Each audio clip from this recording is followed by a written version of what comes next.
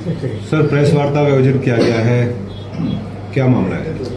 देखिए, 11 मार्च 2026 Muzaffar police station के अंतर्गत सुरूरपुर विलेज के अंदर एक ज्वेलरी शॉप के ऊपर एक लूट की रॉबरी की वारदात को अंजाम दिया गया था, जिसमें कुछ नकाबपोश लोग सस्पेक्ट्स इस वारदात को अंजाम देने के बाद मौके से फरार हो गए थे।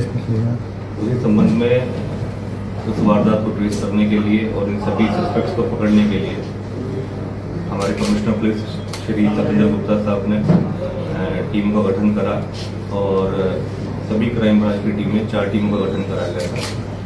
जितनी भी क्राइम ब्रांच की 4 टीमें लगी थी, इसके अंदर श्री मुकेश मल्होत्रा डीसीपी क्राइम के मार्गदर्शन और नेतृत्व में 4 टीमों ने काम करा और मुख्य तौर पर इसमें जो क्राइम ब्रांच से 30 इंस्पेक्टर अनिल उनके अथक प्रयासों के द्वारा इन 3 जो आरोपी थे उसमें उनको पकड़ने में सफलता प्राप्त हुई। जो 3 आरोपी जो अभी तक पुलिस की गिरफ्त में आए थे, उसमें से एक शाकिब है, एक जावेद है और एक धर्मवीर और बाबू यादव है। इन तीनों को पकड़ने में सफलता प्राप्त करी है। पहले शाकिब को पकड़ा गया, शाकिब के द्वारा जो इन्फॉर्मेशन जनरेट हुई उसमें जावेद को पकड़ा गया और उसके बाद उसी इंफॉर्मेशन के ऊपर बाबू यादव को भी पकड़ा गया। बाबू यादव को एक एनकाउंटर के दौरान पुलिस मुठभेड़ के बाद पकड़ा गया। आज मॉर्निंग आवर्स में ये मुठभेड़ हुई। इसमें मुख्यतः हमारी क्राइम ब्रांच सेक्टर 30 के पास टिप ऑफ हुआ कि इस तरीके से बाबू यादव दोबारा से किसी अन्य वारदात को और अपने साथी के साथ वारदात को अंजाम देने के लिए वापस इसी क्षेत्र में आएगा। उस संबंध में जो हमारी क्राइम ब्रांच सेक्टर 30 इंचार्ज हैं इंस्पेक्टर अनिल, उन्होंने इस टिप को सही मानते हुए इस जानकारी को एक्सप्लोर करते हुए फर्दर ट्रैक किया और उसको पकड़ने में सफलता प्राप्त करी। जब मौके पर जब उसको रोका गया बाबू यादव को पुलिस पार्टी ने आइडेंटिफाई करने के दौरान, तो वो पुलिस पार्टी पर फायर करके वहाँ मौके से भागने की उसने कोशिश करी। इस दौरान उसको रोकने के और रिटेलिएशन के अंदर गन शॉट इंजरी भी आई है।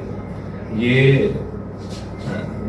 आपराधिक पृष्ठभूमि से सभी लोग आपस में संपर्क में है। जिस तरीके से जो जावेद है उसके पर लगभग 11 ऐसे आपराधिक मामले हैं जो 302 हत्या, लूट और हत्या का प्रयास, इस तरीके के काफी संगीन वारदातों को ये पहले अंजाम दे चुके हैं। एज ए गैंग के तरीके से ऑपरेट कर रहे हैं और जो जावेद, शाकिब, रेहान और बाबू यादव है, इन सभी ने मिलकर अपना एक सिंडिकेट रन करने के लिए और इस तरीके से ज्वेलरी शोरूम्स को टारगेट करते हुए इन वारदातों को अंजाम दे रहे थे। और आज भी इन्होंने सुनियोजित तरीके से इस वारदात को दोबारा अंजाम देना था।